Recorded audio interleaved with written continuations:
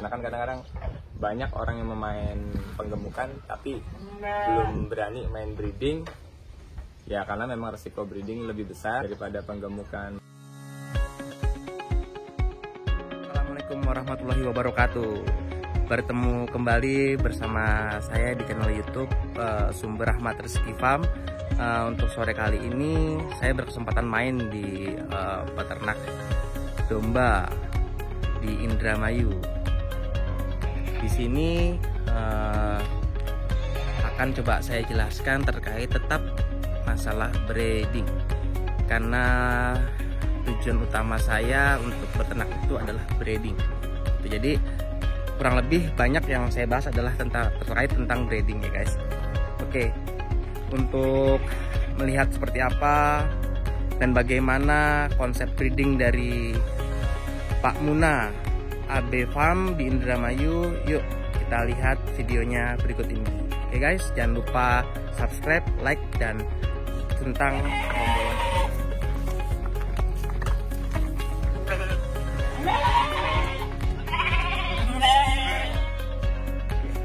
Kang, ini kandang apa? Sorry.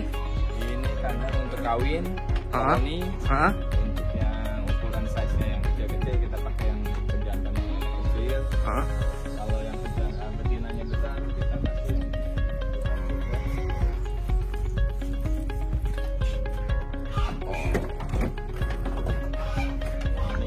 ya cukup besar lah.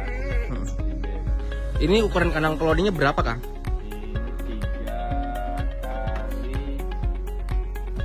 Ini 3x4 ya. Diisi betina kurang lebih berapa ekor, Kang?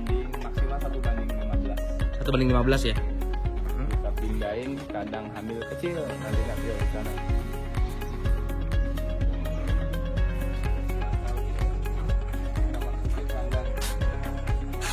Koloni juga, tapi yang hamil kecil. Oh, hamil berapa bulan, Kang? Kira-kira? Berarti ukuran 1 sampai 4 bulan. 1 sampai 4 bulan. Berarti dipisah ya, dari setelah kawin dipisah langsung lari ke kandang hamil kecil ya. Ini guys, biar aman juga dan nyaman ya, Kang. Nggak seduk-sedukan. Karena kan kadang-kadang mereka kalau berebut kan khawatir di kandungannya, apalagi kalau udah di 3 sampai 4 bulan. Kita selesai di kandang hamil besar, bulan kelima kita turunin di dekat kandang bersalin. Oke, kita ke kandang bersalin.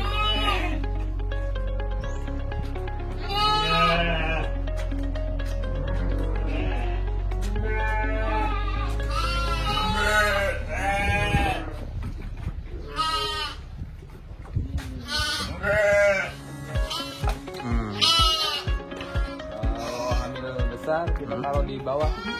Hamil besar ya? Berarti ya, usia 4-5 bulan. Kalau memang susunya udah mulai kebentuk, kita taruh di kandang bawah biar lebih aman pada saat bersalin. Walaupun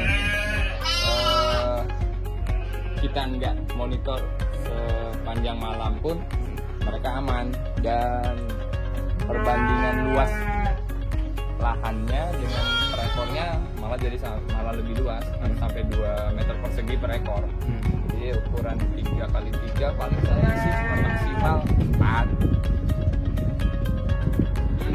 Dibandingkan tadi 1 meter persegi, kalau ini sampai 2 meter persegi supaya safety sih.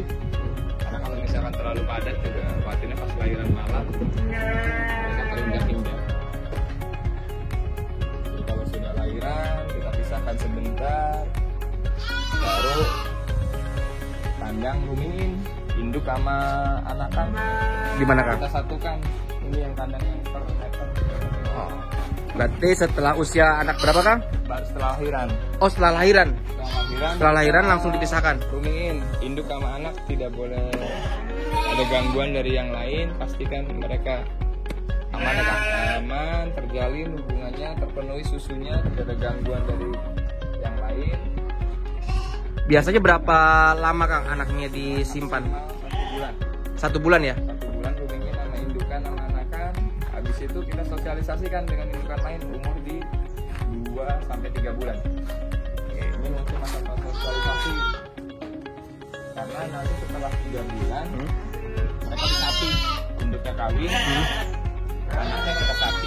Oh, berarti setelah 1 bulan ditaruh di kandang rooming in, setelah itu dikolonikan di sini ya Kang ya? Sosialisasikan ke induk yang lain dan anak-anak lain sampai Anaknya 3 bulan.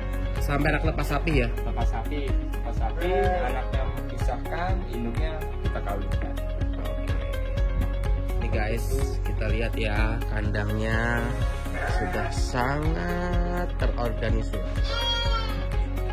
Tadi sudah dijelaskan, ini untuk kandang yang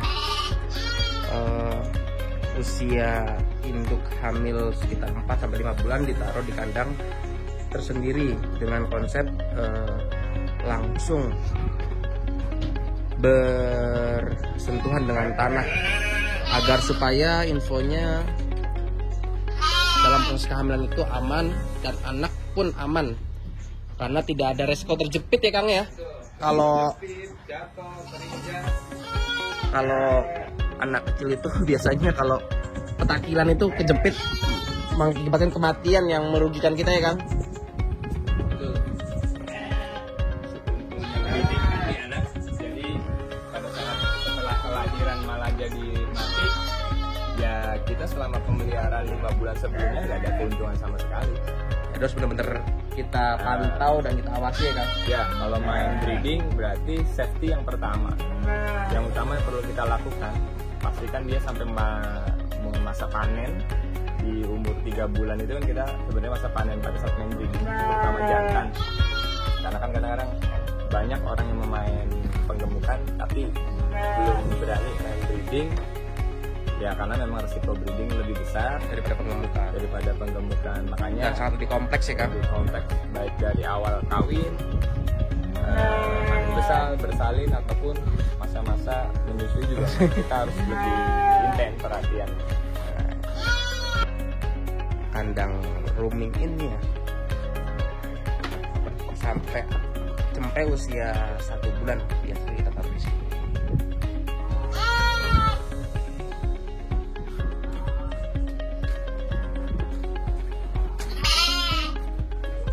Berarti ini nggak dicampuran pejantan lagi Kang? Sudah nggak ada, nanti sentuhan jantan ini setelah mereka pasti masa panen. Masa panen ya? Masa sapi. Setelah masa sapi baru ada jantan lagi. Total domba yang ada di sini berapa ekor Kang? Sudah lebih dari 300 ekor.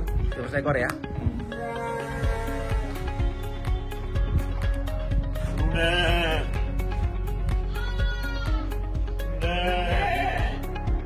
Ini cross Merino sama Garut. Cross Merino dan Garut. Dan Ini usia berapa Kang? ini usia 2,5 bulanan. 2,5 bulanan, bobot sekitar Ini masih sekitar 15-an. Kalau yang mau sekitar 20 kiloan ini ada yang jantannya. Ini sama juga cross Merino, tapi hampir 20 kilo kurang dari 3 bulan. Dia bertanduk. Merinonya Merino lokal dari Banjarnegara. dari Banjarnegara. Yang Batu, domba Batu. Tapi untuk kelas daging, oke. Tapi kalau nanti mau dijadikan kurban, dia Juga lebih oke. gagah. Oke. Karena bertanduk. Bertanduk. Biasanya orang suka yang bertanduk. Ya, lebih gempal. Berarti selain kandang di sini ada kandang khusus fattening lagi atau? Khusus fattening ada. Oke guys, jadi selain kandang breeding ini, Pak Muna juga memiliki kandang khusus untuk fatteningnya. Atau kalau mau koleksi boneka juga. Kayaknya untuk cross Merino itu sih kalau mau jadi peliharaan. Tinggal modal susunya aja.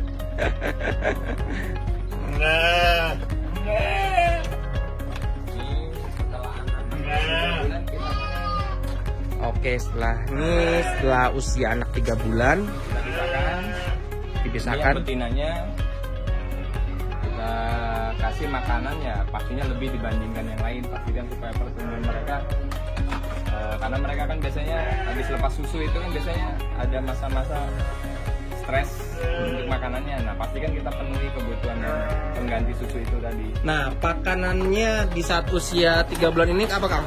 Supaya untuk fokus ini. Fokus pada dasarnya ya mau nggak mau konsentrat buat mereka gitu. Konsentrat itu apapun yang bentuknya yang bisa kita dapatkan di sekitar kita. Kalau kita ada pabrik tahu ya ampas tahu kita sediain. Kalau kita ada pabrik beras ya berarti bekatulnya ya ditambahin gitu.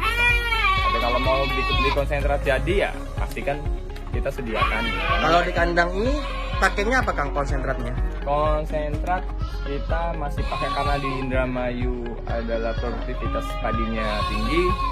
Kita pakai bekatul ditambah karena memang di desa saya ada 2 pabrik tahu, tetap kita tambahin ampas tahunya. Berarti jadi ampas tahu, protein, karbohidrat ya itu sebagai pengganti konsentrat yang di pasaran. Jadi ada semua yang ada di sekitar sayanya, kebetulan ada sumber karbonnya dari bekatul, sumber proteinnya kita ambil dari ampas tahu. Tadi itu aja ya? Ya. Hijauannya Kang? Kalau hijauan karena saya sebagian besar adalah pakan fermentasi dari pohon kebun jagung. Kebun jagung dari petani sekitar saya terima sampai tempat sini. Kemudian kita fermentasi, kalaupun ada tetap rumput hijau kita tanam baik jenis odot, kacong ataupun rumput gajah ataupun rumput liar yang ada di sawah. Kebetulan sawah kita coba aplikasikan organik. Jadi ya kotoran apa yang kami dapat di kandang kita bawa tiap hari ke sawah, dan orang sawah pun tiap hari bawa rumput kalau siang. Jadi ya integrated farming. Saya coba terapkan seperti itu. Kalau porsinya antara konsentrat dan hijauan Kang? Kalau hijauan sebenarnya pada maksimalnya kan serat itu kan cuma maksimal di angka 10 sampai 10% sih pada dasar standarnya kalau dari berat badan. Tapi kadang-kadang kalau yang namanya domba suka ada sebagian kebuang, biasanya bisa ambil di angka 15 sampai 20%-an. Tapi kalau konsentrat tergantung kebutuhan antara 1 sampai 3%. Kalau cuma standar aja saya rasa 1% udah cukup.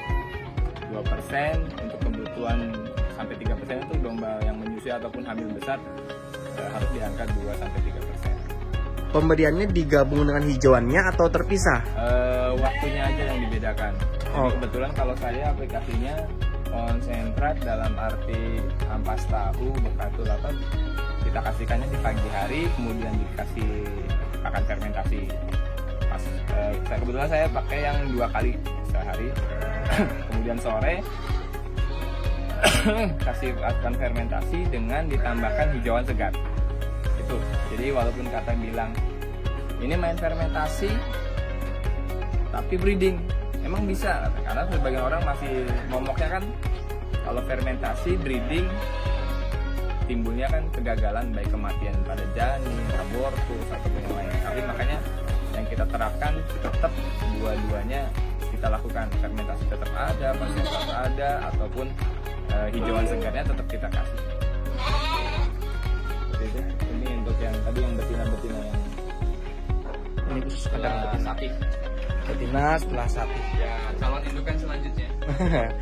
Jadi kalau kan di sini itu untuk betinanya tidak dijual ya guys. Jadi Pak Muna ini langsung fokus untuk dijadikan indukan kembali ya Pak ya. Target 1000 indukan ya Pak? 2025 kami punya visi paling tidak 1000 induk di farm kami. 1000 indukan loh. Jadi ini tidak dijual dulu. Ini fokus untuk ditemukan. Ya, cuman yang tapi kalau ada yang mau habis Pak. Anak jantannya aja sudah pre-order, sudah habis. Waiting list Kalau untuk jantannya. Karena pada umur 2 bulan pada saat saya lagi posting main-main udah diminta, udah dibookingin semuanya jantannya. Makanya ini barisan yang kalau sudah barisan sapi umur 4-5 bulan itu nggak ditemukan jantan. Jantannya udah pada habis diminta sama temen-temen yang main breeding, main peternakan ataupun main ketangkasan. Karena kebetulan domba Garut, beberapa temen yang main ketangkasan sudah mulai meminta itu. Ada rumput juga nih, rumput apa Pak? Rumput gajah ya?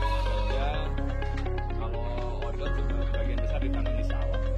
Hai guys, kita sudah meliput tentang bagaimana konsep breeding dari AB Farm di Indramayu oleh Pak Muna. Semoga video saya dapat memberikan manfaat untuk rekan-rekan semua.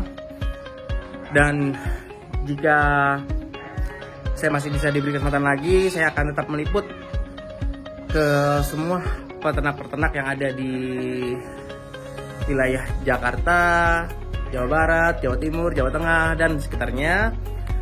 Jadi jangan lupa subscribe, like, dan tekan tombol loncengnya.